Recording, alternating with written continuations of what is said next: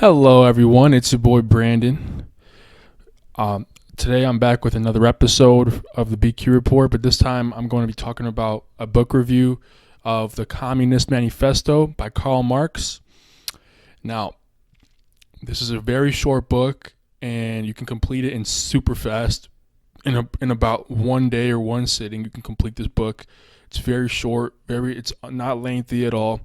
It's easy to read and very straight to the point, and it helps you understand it really well. So this book is about the essential role of communism and how that takes place in an area like Europe or many other places. That Karl Marx talks about many aspects of communism, socialism, and the various connections between the working class and like the proletariat and the bourgeoisie, and the history of class struggles, and how for the past long period of time we've had so many class struggles that have occurred from the proletariat group class versus the bourgeoisie class. The bourgeoisie is more like the wealthy elite and the people who employ other people, and then the proletariat is like the middle class, the average citizen, the average worker, and stuff like that. And so he talks about the divide between those two classes and how luck plays a role in this distribution of wealth, and the many instances where socialism could alleviate those troubles where the means of production is controlled by the few, and so he proposes an idea to eliminate all property rights and eliminate property itself and make everything the owner of everything, basically, and the state has sole control over all means of production, and everybody pretty much shares every facility, every factory, every building, that every single thing, every equipment. Everybody shares it, basically, is what his proposal is. And of course, this sounds like a nice idea in theory. It is not a good idea in practice, and we're going to get to that soon.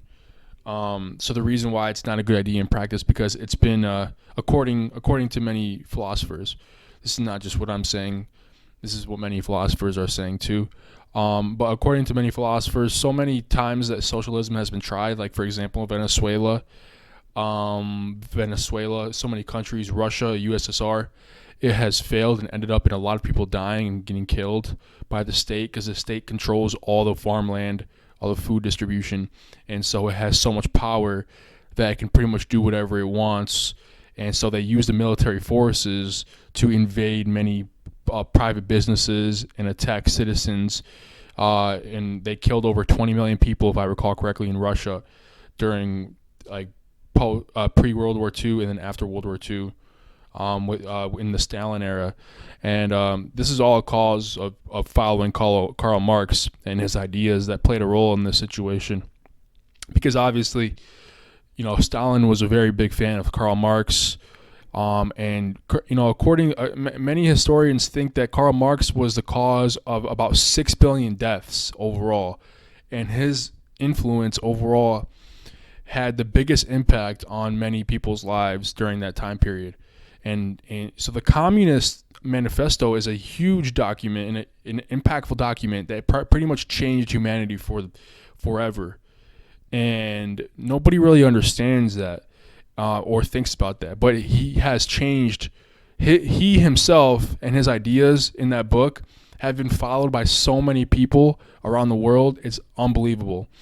And the Communist Manifesto just remains one of the greatest pieces of literature of all time.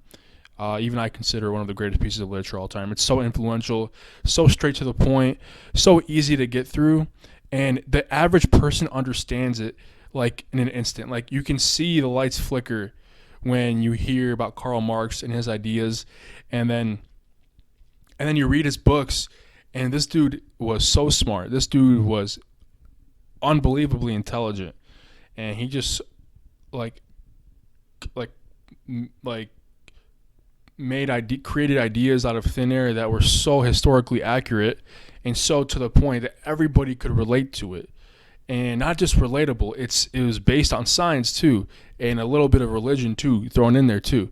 And the way that he speaks on hierarchical classes, distinctions of wealth, and so many other things, like the ruling class, bourgeoisie, and political parties, and how everything is a history of class warfare and class division. That it's unbelievably true. And he talks about capitalism and the effects of capitalism creating an exploitation of the worker, and how that impacts the average citizen, and they're pretty much giving their labor to the bourgeoisie takes their labor away from them and uses that to resell it, and they gain a profit based off of that labor difference, the price difference. And so he kind of he thinks about it like this: it's an exploitation of the middle class. And so that's what he dives into in this book. It's all I remember from listening to this book and reading it. But yeah, this is one of the best books of all time in my opinion. I definitely give it a 10 out of 10 because it's so historically pertinent, and everybody seems to just enjoy it as well. I enjoyed it as well. His ideas influenced millions and millions of people, and I believe he's still very influential. Not just the Communist Manifesto, but many of his other books too. So Karl Marx, one of the greatest philosophers of all time. 10 out of 10. Thank you for watching.